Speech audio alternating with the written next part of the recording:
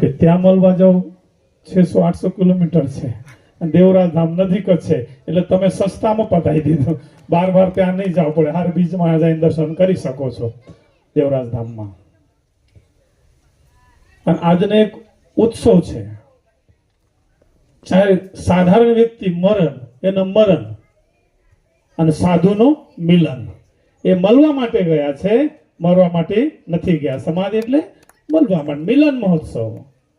આજે મરણ મહોત્સવ નહીં, મિલન મહોત્સવ છે, એના મળવા માટે ગયા. કે ભગવાનને કહ્યું છે, અંતકાલે જ મામેવ સ્વર્ણ મુક્ત્વા કલેવરમ, કે મારો નામ લેતા લેતા, મારા ભક્તોને જોતા જોતા, અને એ તો આપના ગુરુને જોતા જોતા ગયા. એમના દૃષ્ટિમાં ગુરુ હતા, અને એ શરીર છોડીને ગયા.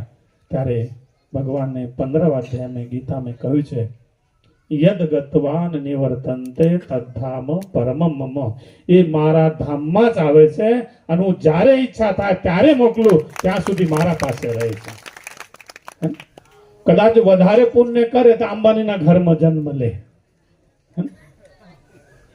વધારે પુણ્ય કરે તો ભાગ્યવાન હોય, લેકિન અતિ ભાગ્યશાળી હોય તો સાધુના ઘરે જન્મ લે.